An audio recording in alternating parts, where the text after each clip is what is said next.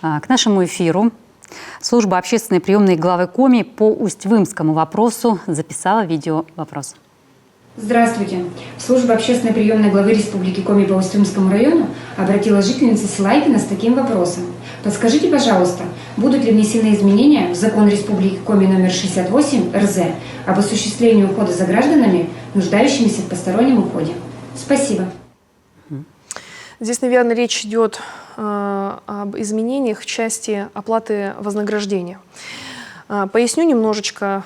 Над данным законом работали весь прошлый год совместно с депутатами Государственного совета Республики Коми. Что из себя вообще представляет закон? В этом законе есть три стороны.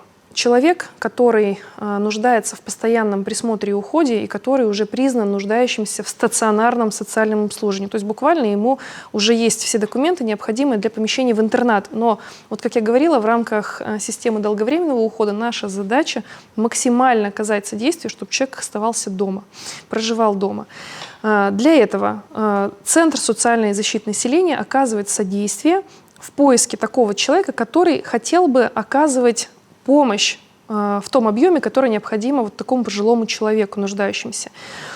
Этот человек за вознаграждение оказывает такую социальную услугу. Значит, а по концу месяца в объеме социальных услуг, оказанных, предоставляет соответствующий акт соцзащиты. Заключается трехсторонний договор, и на основании акта соцзащита компенсирует расходы, выплачивает вознаграждение. Вот сумма вознаграждения была невелика еще до прошлого года, и это не привлекало большое количество людей оказывать уход, тем более, как правило, это люди, которые нуждаются в постоянном уходе. Но для людей, которые желают оказать уход, как правило, это такой дополнительный заработок. Как правило, это молодые пенсионеры, которые хотели бы, и проживают, например, в сельской территории, которые хотели бы еще поработать и быть полезными. Они не должны быть родственниками тому человеку, который нуждается в уходе. Они должны быть трудоспособными, но нигде не заняты. Значит, в прошлом году работа большая проведена. Мы действительно в 2 раза повысили суммы вознаграждения.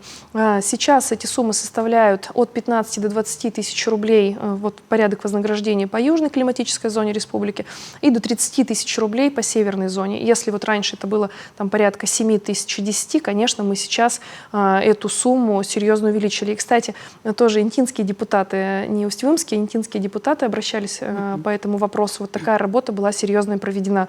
Конечно же, сейчас проводится широкая информационная работа, чтобы люди, которые нуждаются в уходе, и те, которые желают оказать уход и получить дополнительные деньги, друг друга могли найти, а соцзащита в этом окажет содействие.